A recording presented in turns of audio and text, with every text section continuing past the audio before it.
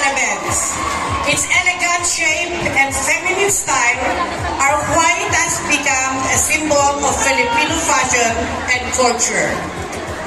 Model number 7 was born in the village of Kalinga, where you can view the Sleeping Beauty Mountain, also known as Mount Patukan.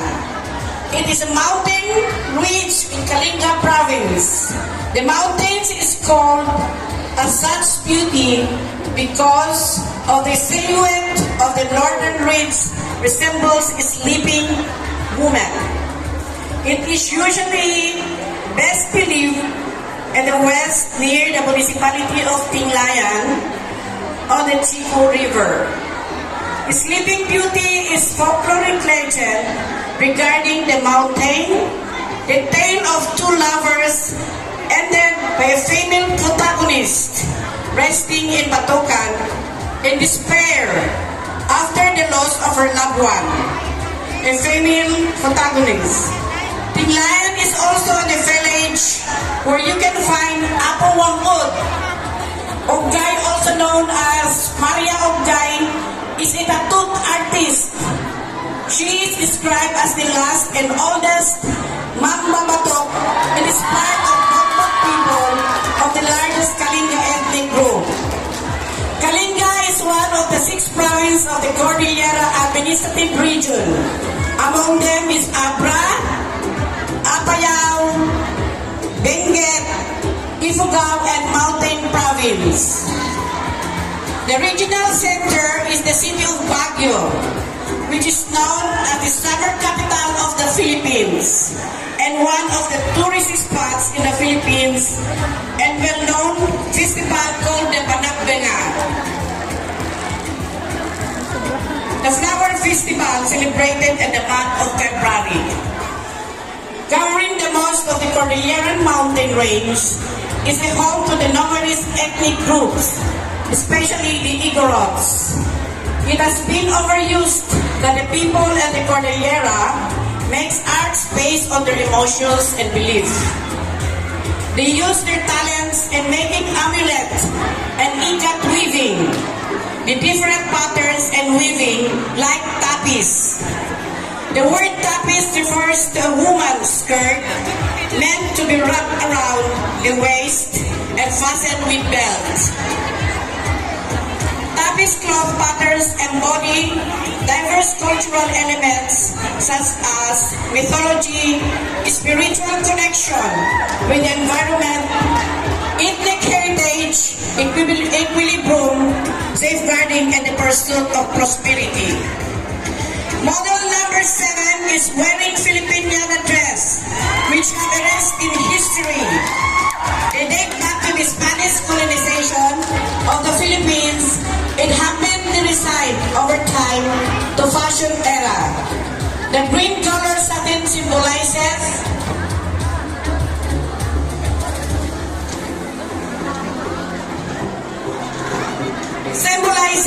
the greenery mountain range of the Cordillera. The puffy sleeves is made with the woven cloth by the Igorots lined with silver and gold.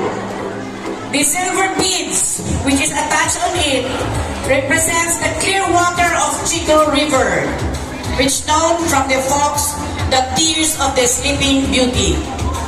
While the colorful clothes hanging on it is symbolic tapis of the 6 provinces of the Cordillera, and the peacock light holds the whole mountain range called the zigzag road going up the city of pines of Baguio. They call the Avenue of Provinces. The headpiece represents the Banagbenga Flower Festival, which symbolizes the harvesting of blooming flowers, and the tattoo on the new body art of today's generation were inherited from our ancestors. The design is a unique style that seamlessly weaves the rich heritage in Cordillera in a bowl and the realm of modern fashion. Every piece is handcrafted from the finest edible fabric, inspired by the rich culture and breathtaking landscape of the region.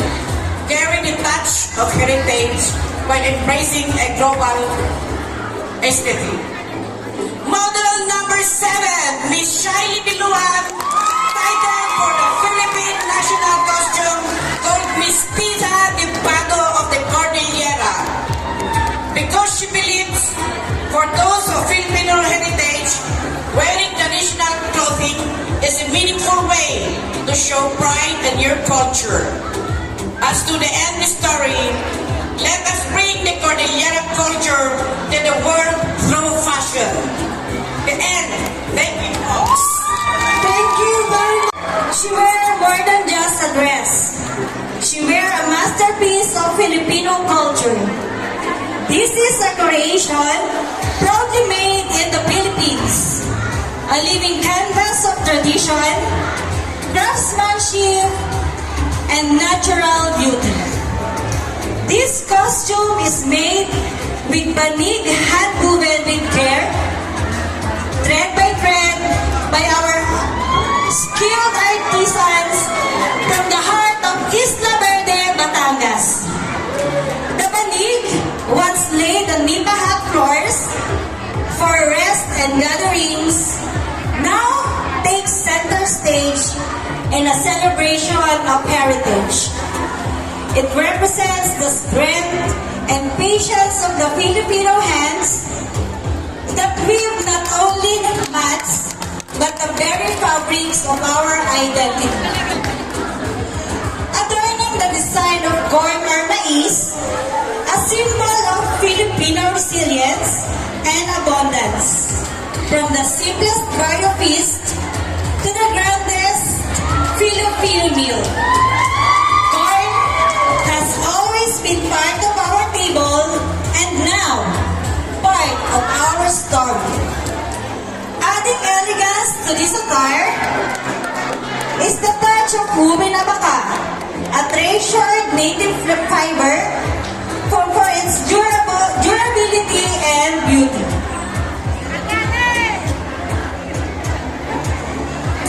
From robe to royalty, abaka has always stood for Filipino ingenuity.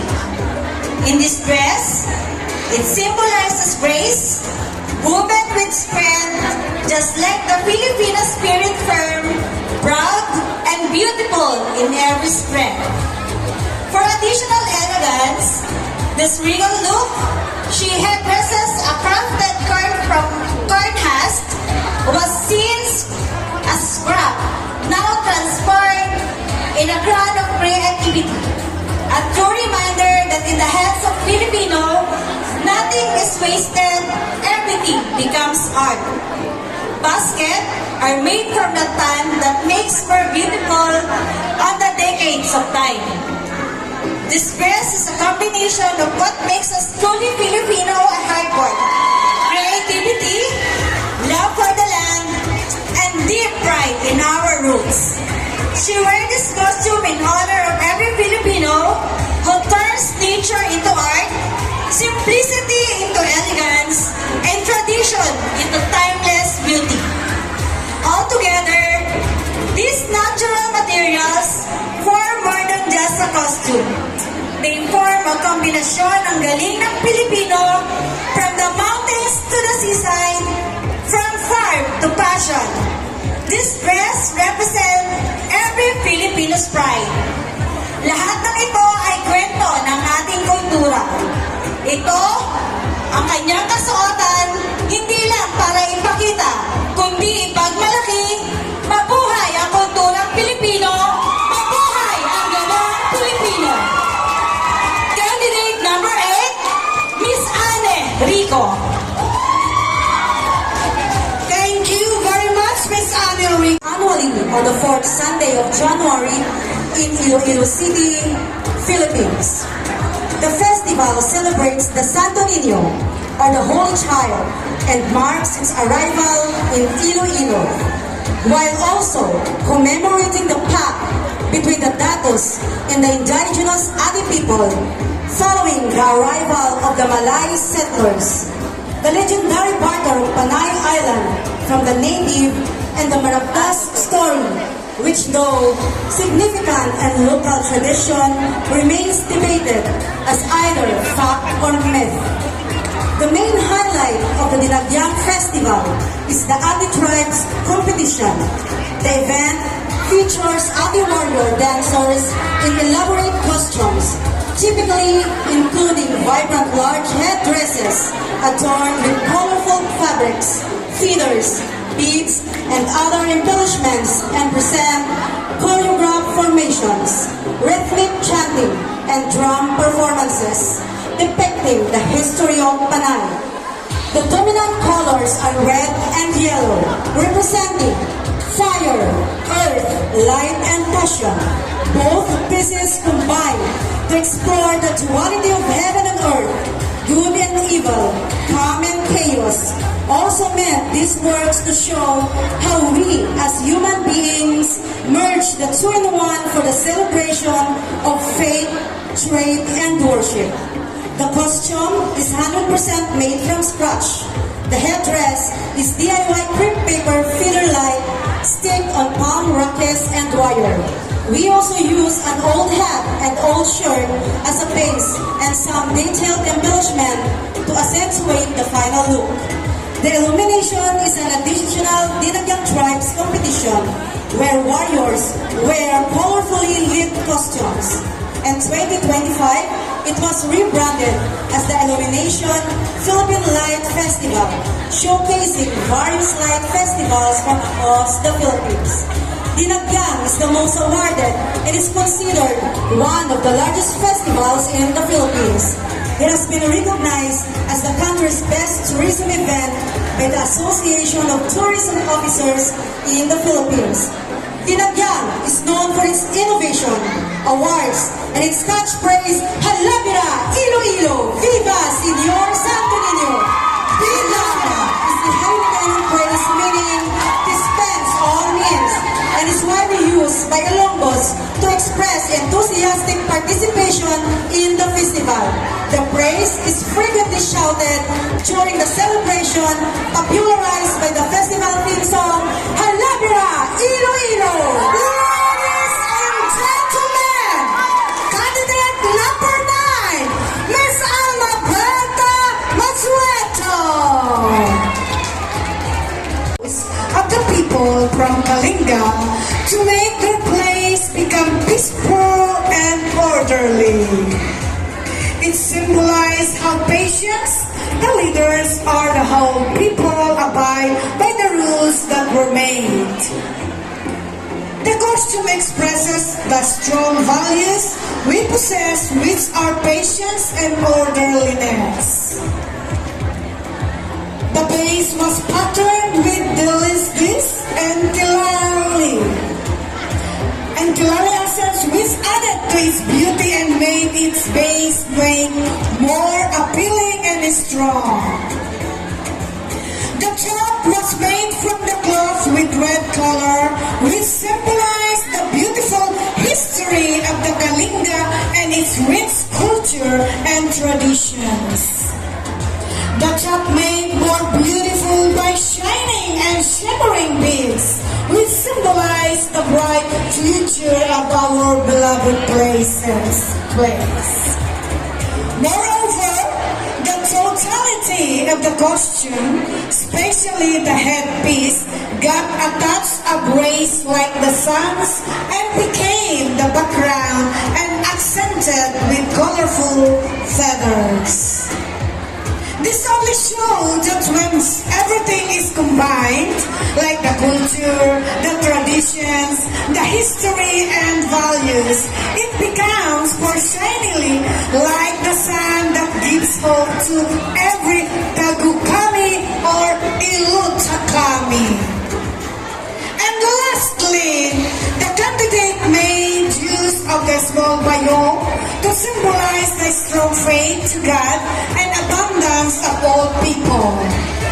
These hand props doesn't just tell how the hardworking people are known around the world, but how we, people of Kalinga, cherish all the God-given blessings we have been enjoying.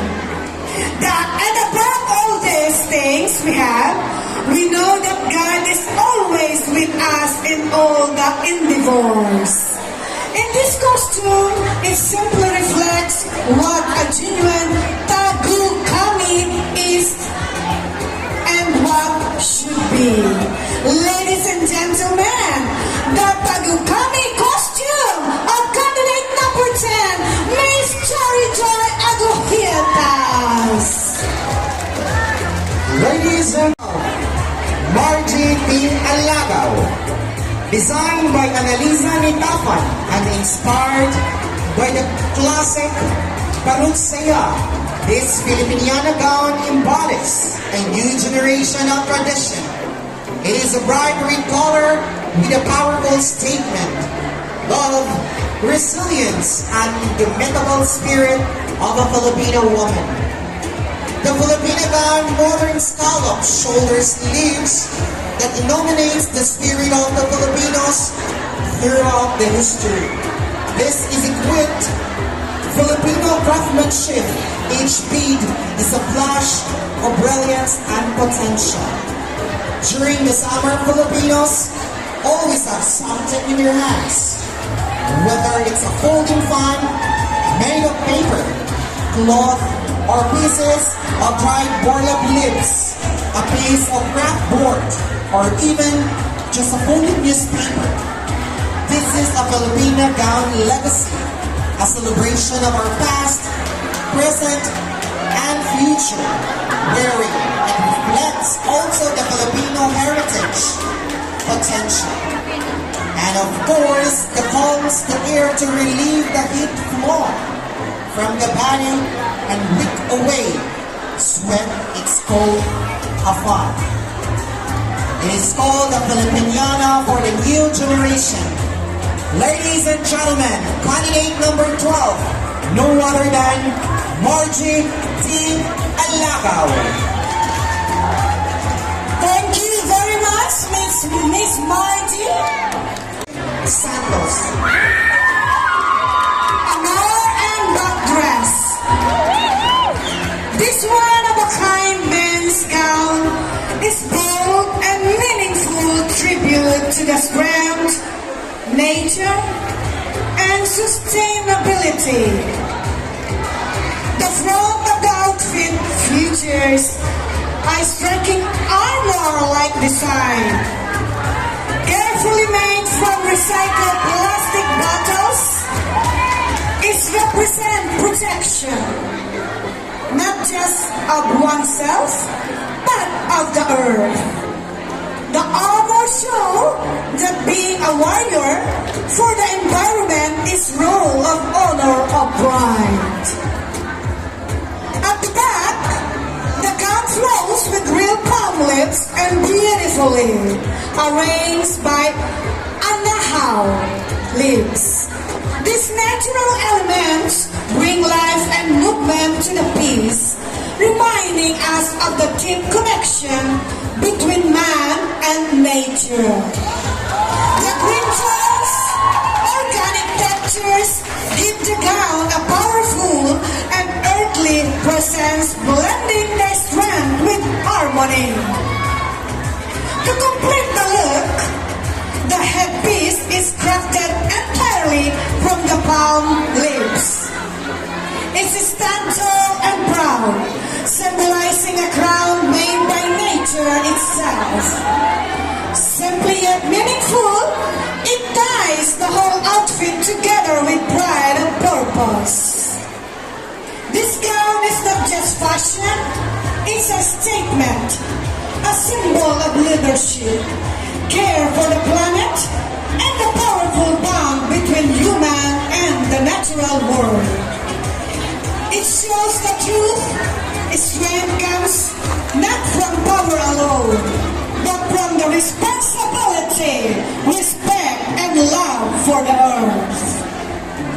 This is designed by Jenny, the owner of the gown and own designer. This stunning gown is beautiful blend of creativity, elegance, and intense design. made with shimmering sequins, delicate beads, and details artificial palm elements. It captures the beauty of nature in a graceful and stylish way. The rich green colors symbolize Mother Nature, representing life, growth, and importance of protecting our environment. The gown flows naturally with palm-inspired patterns that give it soft, leaf-like appearance. The sequins and beads are carefully placed to the sparkling and texture, reminding of the sunlight dancing on leaves, on the gentle beauty found in nature's smallest details. It's both eye-catching and meaningful, showing how fashion can be voiced for sustainability. Together, the gown and headpiece create a powerful look that celebrates nature, creativity, and the power of transformation. It's more than just an outfit. It's a message of respect for the earth and reminder that true beauty comes from the harmony with the world around us. Ladies and gentlemen, the couples, Amor and Backdress, John Dueto and May Santos. Thank you so much. Congratulations. And The hab, a traditional loincloth worn by Kalinga male, not only a functional garment, but also a profound symbol of masculinity, cultural identity, and the tradition within in the Kalinga community. He is wearing an upper part, garments worn by males, originally with fitted long sleeves, but now typically worn as a vest. Traditionally, upper garments were common in Kalinga and were all usually worn by the pangat, or we call shifting, and the Cagayan elite. Male hat kataba, also worn by Kalinga male, a beatbox, sheath, handcrafted from Nitubine and Bambo bracket work. Traditionally worn at the back of the head by males. Functionally, it serves as the storage container for small items. And of course, it is a version of Lagon Hawa, who is the epic story of Kalinga. The traditional handmade beads, woven material called kain in Kalinga language. It is an English wrap around skirt. It is the beads or bull represent the rich history of the Kalinga, handed from a generation to generation. It was worn by the local as the decorative pieces and to show social status. During the ceremonial dances, symbolizing identity, protection, and community. In typical fashion, this sample is further embellished with embroidery, beads, and a mother pearl shells that being worn by Kalinga women, serving as a profound symbol of community, cultural, and tradition. Ladies and gentlemen, the couple candidate representing the Kalinga group, candidate number 14. Raquel Bernales and Mabel Pagyaman.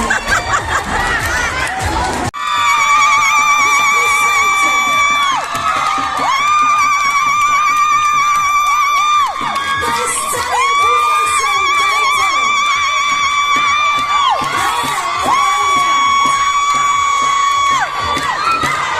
this costume embodies the Philippines' identity as the pearl of the Orient Seas, a nation shaped by its oceans, blessed with natural beauty and filled with resilient, creative people. The use of purpose and ocean-themed materials not only align with environmental consciousness, but also speak to the Filipino spirit of pagkamalikhain.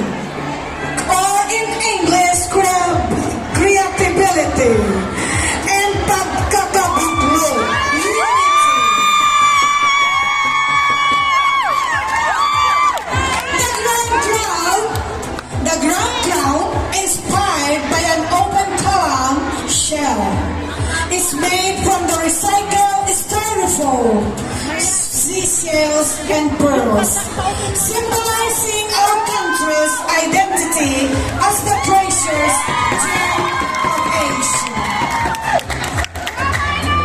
The top features sculpted shell and bed works, representing the elegance and strength of the Filipina.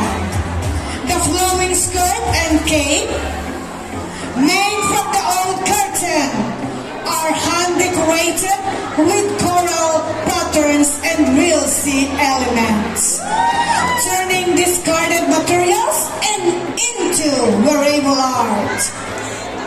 This piece proudly reflects FFOC and Flat 101.